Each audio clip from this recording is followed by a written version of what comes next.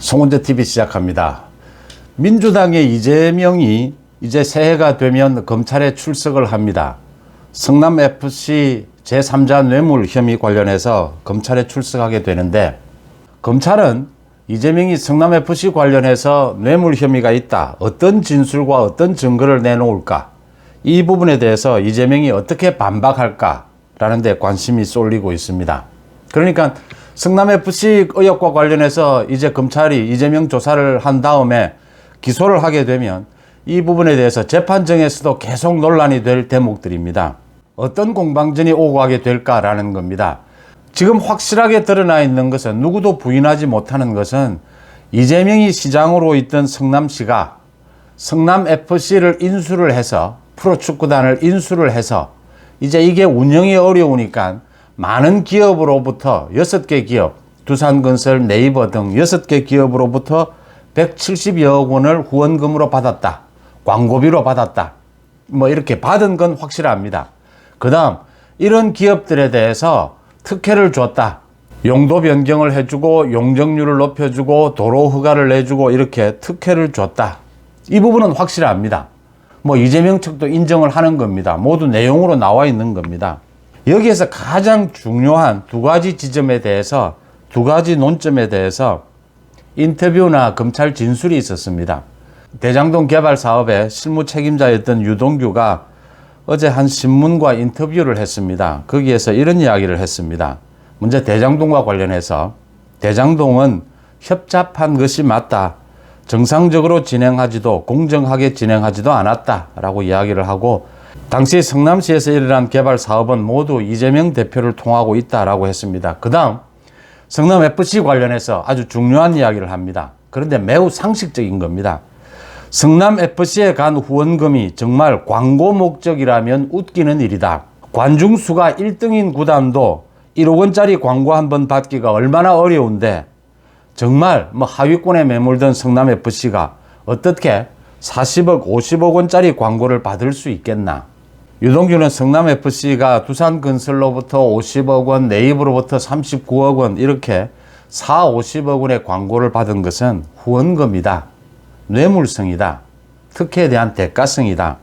유동규는 이 이외에도 대장동과 관련해서 나는 이재명 측근들을 보호해 주려고 했는데 그들은 자신 뒤에 숨었다, 또 검찰 조사 전날 김용이 경선이 끝날 때까지 병원에 가 있으라고 해서 상한 음식을 먹었고 쓰레기통도 뒤지기도 했다, 뭐 이런 이야기까지를 했습니다.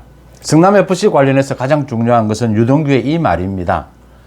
네이버나 두산건설이 낸 그 돈이 광고다, 광고 목적으로 냈다, 그거 웃기는 일이다. 지금 프로축구단 어디에도 몇십억씩 광고를 가져가지는 못한다, 그 영업을 하지는 못한다, 그렇게 광고 효과가 없다라고 하는 겁니다. 그래서 이건 혜택을 준 특혜다라는 이야기를 지적하고 있습니다. 또 한 가지입니다. 전 네이버 대표인 판사 출신입니다. 김상은이 검찰 진술을 한 부분이 언론에 공개가 됐습니다. 네이버는 39억 원을 후원을 했습니다. 성남FC에. 그 대가로 제2사옥의 건축 허가를 받았다, 이런 의혹을 받고 있습니다.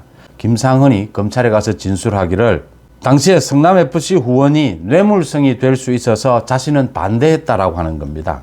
그러니까 당시에 네이버 실무진들이 제2사옥 민원을 성남시에 내고, 두산건설이 용도 변경을 한 것과 꼭 같은 형태입니다. 이 민원을 성남시에 내고 그 대가로 후원금을 내겠다라고 하면서 이 민원을 제기하겠다라고 하는 것을 이 판사 출신인 김상은 전 대표가 반대를 했다라는 겁니다. 이건 뇌물에 걸리게 된다, 성남FC 후원금 이런 형태로 처리를 하면 뇌물이 된다라고 하면서 반대를 했다라는 겁니다. 또 네이버 관계자 여러 명이 성남시가 당시에 후원을 압박을 했다라고 하는 이런 진술도 검찰에서 한 것으로 알려지고 있습니다.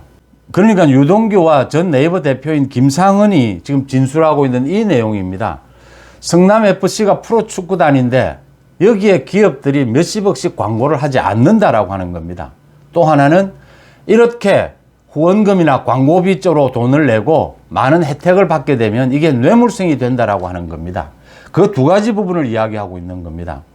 지금 이재명은 이제 새해 들어서 검찰 출석을 앞두고 변호사를 고용을 했습니다. 그래서 어떻게 반박할지 굉장히 고민하고 있을 겁니다. 검찰은 이미 성남FC 관련해서 이재명의 최측근인 정진상을 기소를 했습니다. 그러면서 기소를 했기 때문에 그 기소장에 모든 검찰이 확보하고 있는 내용들을 거의 다 공개를 했습니다. 이재명의 반박은 간단합니다. 특혜도 일부 줬고 기업으로부터 후원금 170억 원 받은 것은 움직일 수 없는 사실입니다. 이 둘 사이에 관계가 없다. 성남FC 운용을 위해서 기업들이 광고를 한 것이다. 170억 원. 이 기업들에게 일부 혜택을 준 것은 기업 활동을 촉진시키기 위해서 성남시의 발전을 위해서 한 것이다. 지금 이렇게 이재명 쪽은 반박을 하고 있습니다. 또 성남FC에 이렇게 광고비로 170억 원을 받은 것, 이걸 이재명 자신의 이익을 위해서 쓴 것이 없지 않느냐. 성남FC 운용을 위해서 썼다. 성남FC를, 이 프로축구단을 성남시가 운용을 한 것은 성남 시민들의 레저 활동을 위해서 지원하기 위해서였다. 이겁니다. 이제 이렇게 반박을 할 겁니다. 그 반박이 무너지는 지점이 이 두 가지다라고 하는 겁니다.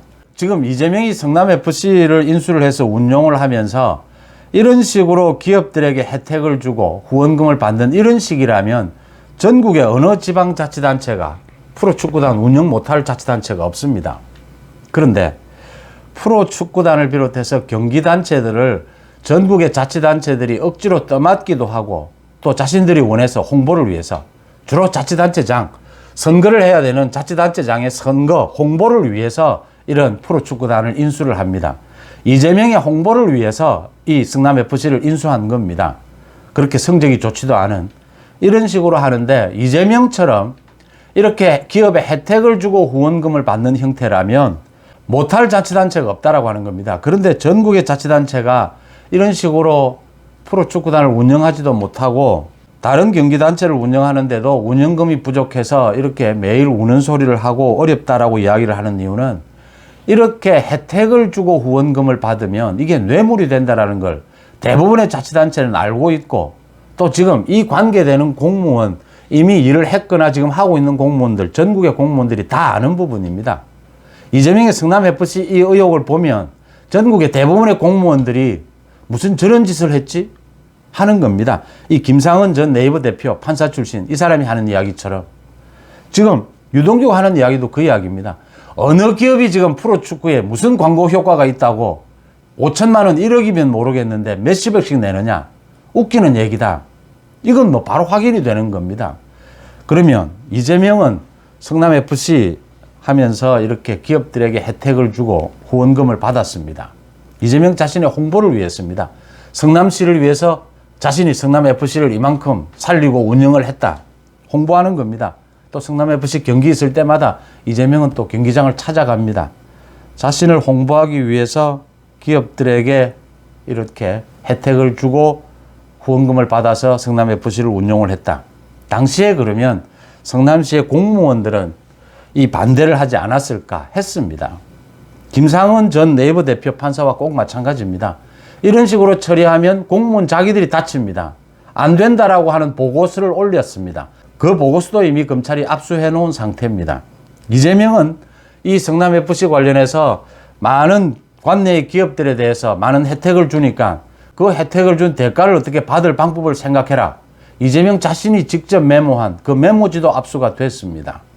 이렇게 이재명이 특혜에 따른 그런 이익을 환수할 방법을 생각하라 라고 하는 메모도 있고, 공무원들이 그렇게 하면 성남FC 후원금으로 받으면 뇌물성이 된다라고 반대하는 그런 보고서도 있었습니다. 모두 검찰이 입수하고 있습니다. 그런데도 이재명이 이제 빠져나갈 수 있는, 마지막으로 반박할 수 있는 건 이것밖에 없습니다. 자신에게 혜택이 오는 것이 아니지 않느냐. 대장동과 비슷한 논리입니다. 모두 성남 시민을 위해서 한 일이다. 한국 프로축구 발전을 위해서 한 일이다. 이제 이 부분으로 계속 반박을 하고 재판정에서도 끌고 갈 것입니다. 이재명은 성남FC를 이런 식으로 매달리고 운영을 한 이유는 자신의 홍보를 위해서입니다.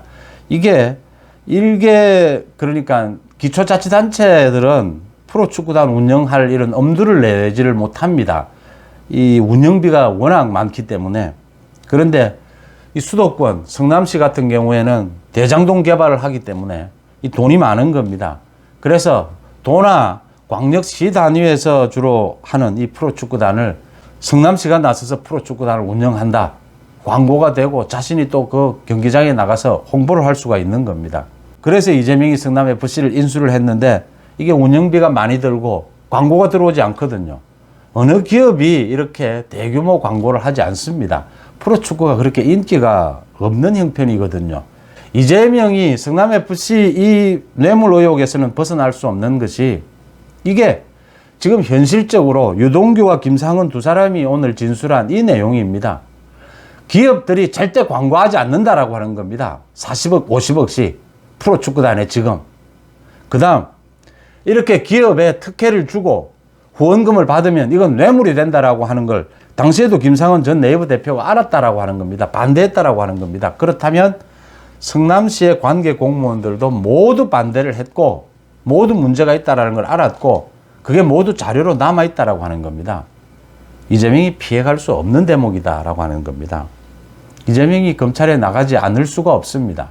이제 나가지 않으면 자기 혐의를 인정하는 꼴입니다. 나가지 않으면 검찰이 체포할 수 있습니다. 국회가 열리고 있으면 또 체포동의안을 또 보낼 수 있습니다. 이재명은 나가지 않을 수 없습니다.